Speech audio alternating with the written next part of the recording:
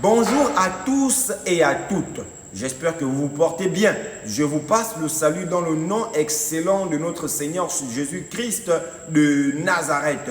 Paix et grâce sur vous. Je suis Glenty Bouka, le prédicateur de l'évangile de Christ. Ma mission, mon but d'existence ou la raison pour laquelle j'existe est de réconcilier l'homme avec Dieu par la puissance de l'évangile de la croix par la foi. Je vais lire un verset qui prouve cela ou qui appuie ce que je dis. Romains 1 à partir du verset 15.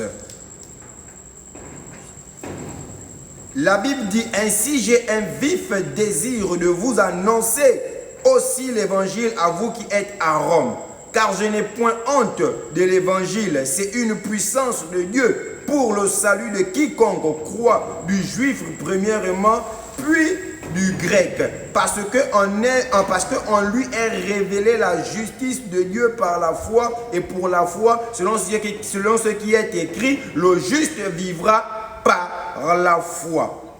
Dieu était en Christ réconciliant les hommes avec lui-même. 2 Corinthiens 5, 19. Mon but ici là est de réconcilier l'homme. Je suis un ambassadeur de Christ sur la terre. Je fais office de réconciliateur. Je fais office de médiateur entre Dieu et les hommes. Pourquoi? Parce que Jésus-Christ agit en moi. Donc j'ai le ministère de la réconciliation. Si on parle de réconciliation, c'est qu'on parle, il y avait au préalable ou avant la conciliation. Donc mon ministère est de réconcilier l'homme.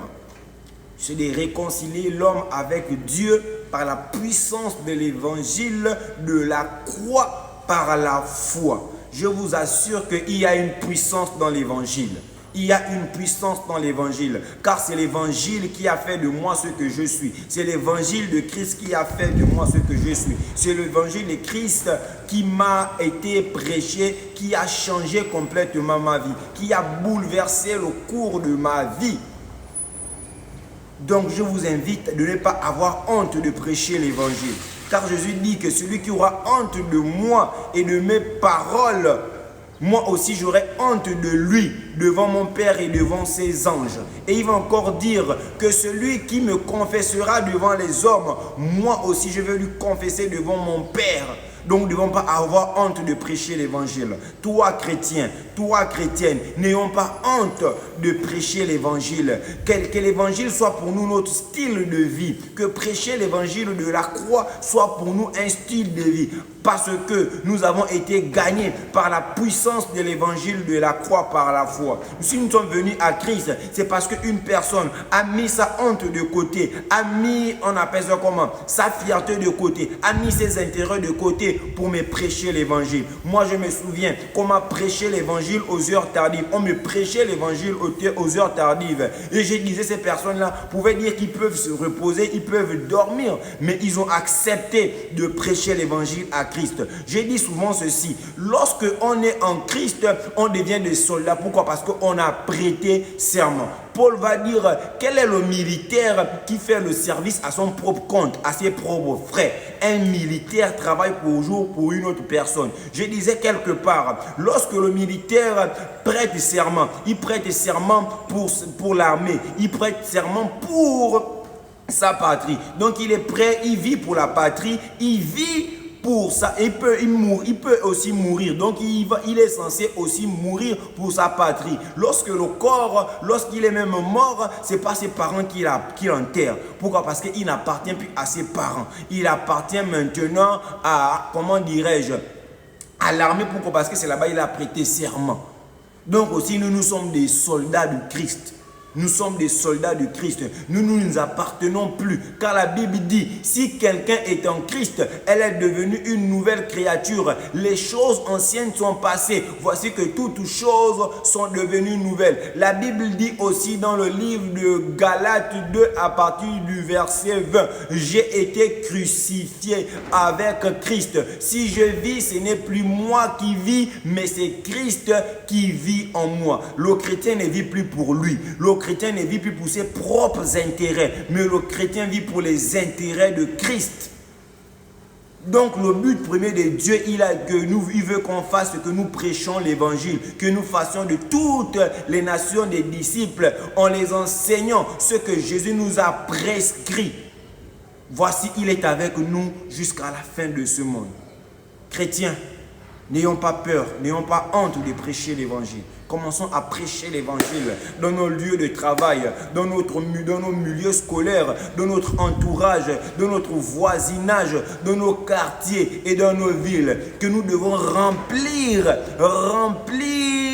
les lieux où nous sommes avec l'évangile de Christ, comme les apôtres ont fait. Ils ont rempli Jérusalem avec la doctrine de Christ. Et nous aussi, nous devons le faire. C'est le temps pour nous de nous réveiller. C'est le temps pour nous de nous réveiller. Dieu va dire, réveille-toi de ton sommeil, relève-toi d'entre les morts et Christ t'éclairera. Le premier but de Jésus, plutôt de Jean est venu, il a prêché l'évangile. Jésus est venu, il a prêché l'évangile. Les apôtres sont venus, ils ont prêché l'évangile. Aujourd'hui, on a cette capacité, cette facilité de prêcher l'évangile. Pourquoi? Parce que nous avons le Saint-Esprit avec nous, le Saint-Esprit en nous. Le Saint-Esprit, il est en nous. Pourquoi? Parce que Jésus a dit qu'il ne parlera pas de lui-même, mais il dira tout ce que, il vous annoncera tout ce que je lui dirai.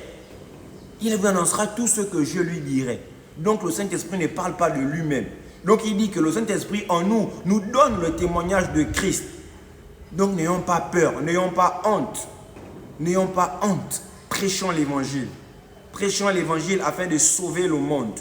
Afin de faire passer des âmes de la puissance de Satan à la puissance de Dieu, des ténèbres à son admirable lumière. Les âmes sont en train de crier. Ils sont en train de crier, ils sont en train de crier. Ils sont oppressés, ils sont en train de crier. Et Dieu nous a suscités afin que nous allons aussi prêcher l'évangile. Car nous sommes sauvés pour être sauvés. Nous avons été sauvés autant pour moi pour sauver aussi. Donc n'ayons pas honte vraiment. Lèvons-nous et commençons à prêcher l'évangile de Christ.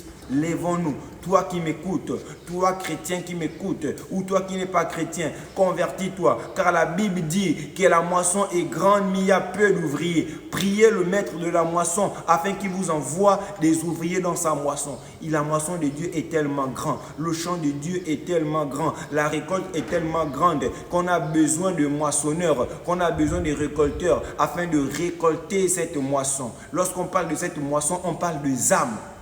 Vraiment, les âmes sont déjà prêts à être évangélisés. Ils sont prêts à recevoir l'évangile de Christ. Ils n'attendent plus que nous. Ils sont déjà prêts. Il dit, mais où sont les chrétiens? Car la Bible dit, de la gloire que Dieu a mis en nous, le monde verra la révélation des fils de Dieu que nous sommes. Car la Bible dit, car la création attend d'elle la révélation des fils de Dieu. Dieu a mis une gloire en nous qui va nous révéler au monde en tant que fils de Dieu. Il dit ceci dans le livre de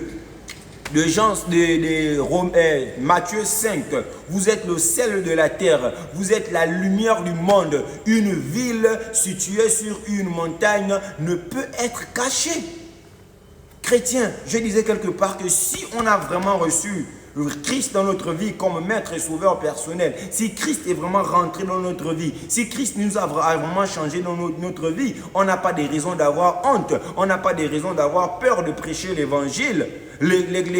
Paul, lorsqu'il n'avait pas encore reçu le Saint-Esprit, Mais il était nonchalant, c'était un procrastinateur, c'était un beau parleur, c'était un instable, il était ébranlable facilement. Mais lorsqu'il a accepté Christ, lorsque Christ est venu en lui, lorsqu'il a reçu le Saint-Esprit le jour de la Pentecôte, Pierre qui était un peureux, c'est lui qui a tenu qui a mené, qui a parlé le jour de la Pentecôte. Pourquoi? Parce que le Saint-Esprit en toi, le Saint-Esprit, lorsqu'il vient en toi, il te remplit, il t'amène à prophétiser, il te donne de l'assurance, il te donne la conviction, il t'amène à être ferme. Et Pierre, combien des hommes ont été sauvés ce jour-là?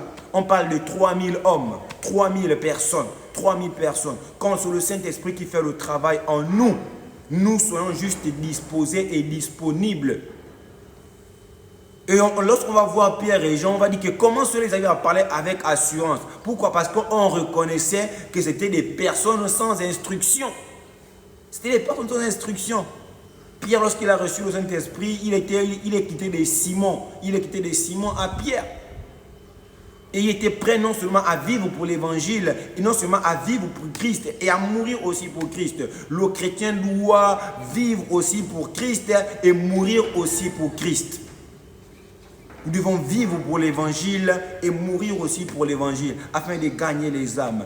Église, nous devons quitter notre confort. Nous devons quitter les 4 murs. Ce n'est pas en restant dans les 4 murs que les âmes seront sauvées. La moisson n'est pas à l'intérieur. La moisson est à l'extérieur. Les âmes que nous voulons ne sont pas à l'intérieur mais sont à l'extérieur. Et c'est à nous de partir les chercher. C'est à nous d'aller les sauver. Car je ne pense pas que moi j'ai été gagné à l'église. Non, j'ai été gagné dehors. C'est dehors où on m'a gagné. Et si je suis aujourd'hui dans l'église, c'est parce qu'une personne a quitté les 4 murs, a quitté son confort, a quitté son aisance pour venir me prêcher l'évangile pendant la nuit. Donc, bien aimé, c'était vraiment ça. C'était vraiment ça mon exhortation. Nous devons nous lever pour prêcher l'évangile. Il y a une puissance dans l'évangile. Il y a une puissance dans l'évangile de la croix. Si tu ne connais pas comment il faut prêcher, moi je ne connais pas prêcher, etc. Je ne connais pas les versets de la Bible, mais commence à parler de ton témoignage personnel. Qu'est-ce que Dieu a fait en toi? Avant que tu ne sois en Christ, comment ta vie était? Lorsque Christ est rentré dans ta vie, comment ta vie s'est déroulée? Comment ta vie s'est développée? Quels sont les changements que tu aperçois? Quels sont les changements que tu vois? Quels sont les changements que Jésus a opérés dans ta vie? Et pendant que tu as Jésus, pendant que Jésus est en toi, par le Saint-Esprit, qu'est-ce que tu ressens? Quel est ce que tu ressens? Quelle est ta vie aujourd'hui? Est-ce qu'il y a une comparaison entre ta personne d'avant et ta personne de maintenant? C'est maintenant avec ça que tu dois maintenant prêcher l'évangile. Beaucoup de gens seront gagnés par le témoignage personnel. Donc, si tu ne connais pas les versets de la Bible, commence avec ton propre témoignage, avec ton témoignage personnel. Ça va t'aider. Commence d'abord par cela. C'est la méthode la plus facile dans l'évangélisation. Voilà. Donc, c'était vraiment ça. Je vous souhaite un excellent dimanche, excellente journée, bon début de soirée, bon après-midi, bonne nuit. Ça va dépendre à l'heure à laquelle la personne va regarder. Je termine par cela. La Bible dit que nous devons veiller à ce que personne ne soit privé de la grâce de Dieu. Donc, mon frère, toi qui me regardes, toi qui écoutes cette vidéo, si cette vidéo t'a vraiment touché, si cette vidéo est vraiment édifiante, si cette vidéo est vraiment encourageante, ne sois pas égoïste, ne soyons pas égoïstes. Partageons-la à d'autres personnes. De la même manière que ça t'a touché, de la même manière que ça t'a encouragé, de la même manière que ça t'a boosté, ça va aussi booster une personne. Donc, fais aussi profiter de cette grâce à ton prochain en partageant cela. Shalom, shalom, que Dieu nous bénisse abondamment. Amen.